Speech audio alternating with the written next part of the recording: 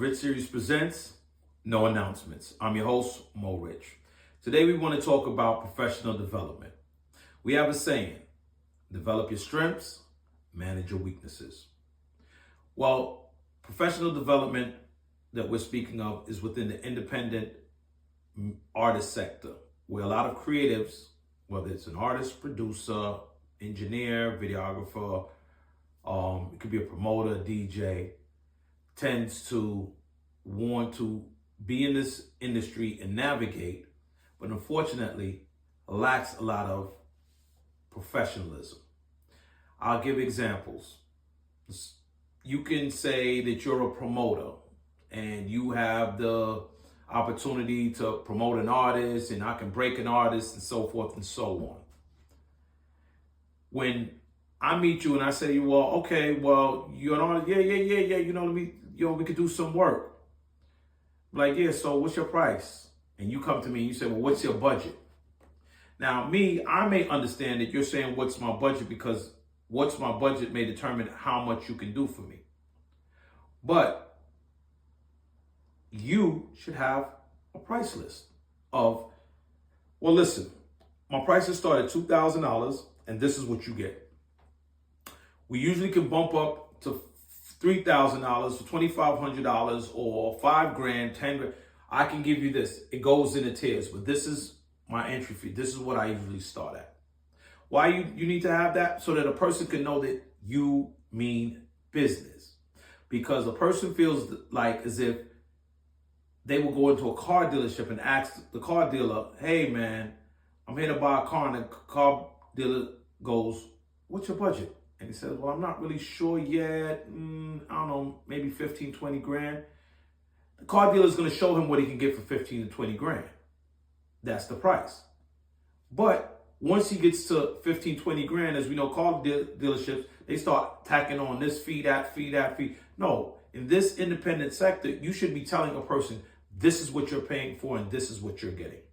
If you're a videographer and your price is $500, and a person gives you a deposit, then now they're waiting on their product. You never told them what your turnaround time would be. You never said that these are the amount of hours that you have me for, and when you expect your final payment.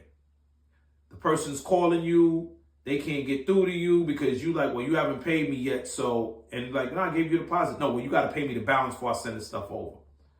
You're supposed to have a contract written out stating, well, listen, with these hours, this is what comes with it. This is deposit.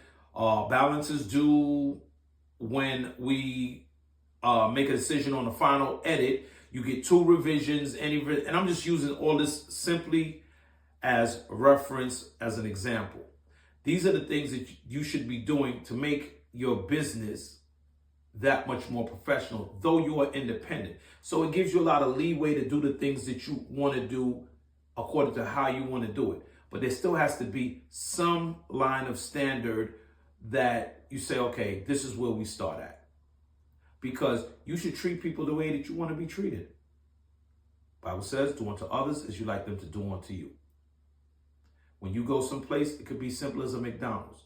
You don't want cold fries, half a bag of fries, the wrong order, and the cashier giving you an attitude. You're like, yo, I just came here for fast food. I want somebody to take my order, get the order right, give me my warm food, call it a day. Why am I waiting 20 minutes for my order? Why am I standing online 15 minutes? You're getting aggravated.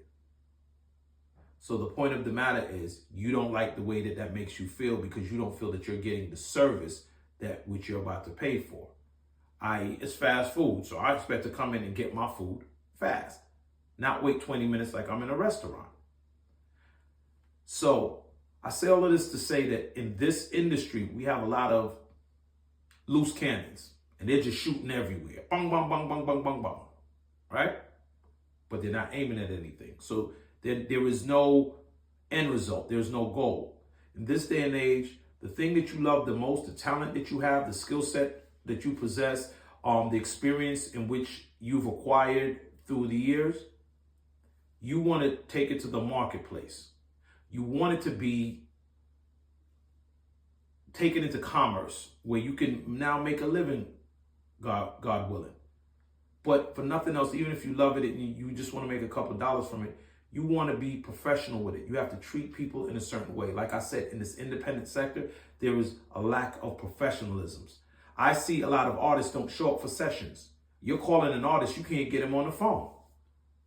You can have the person that can change their entire life, that wants to invest in them, but you can't get them on the line. Their phone is always off.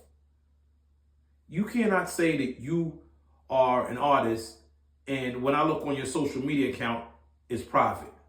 I see a lot of female artists, oh, I'm this, I'm that, and I do this and I do that. But when you go on their profile, it's private. Then what are we selling? Because you're putting it out here for people to know that this is what you do, but yet still people can't see what it is that you do. Okay? So like I said, you're supposed to develop your strengths, manage your weaknesses. Go to someone that may know or have more information, more knowledge and experience and say, how can I do it better? And I'm not saying that when you first start, you're going to knock it out the park. But you should be trying to build step by step, brick by brick, to build a strong foundation for your business or your brand, as they call it nowadays. But it's not only your brand, it's also your business. And you have to treat it as such. Though it may be independent, you can be the owner, the CEO, the financier, all of those things in one. But you have to treat it as such, no matter what hat you wear. So just remember, always take that E out of emotion and continue to have motion, y'all. God bless, and I hope that this was helpful to everyone.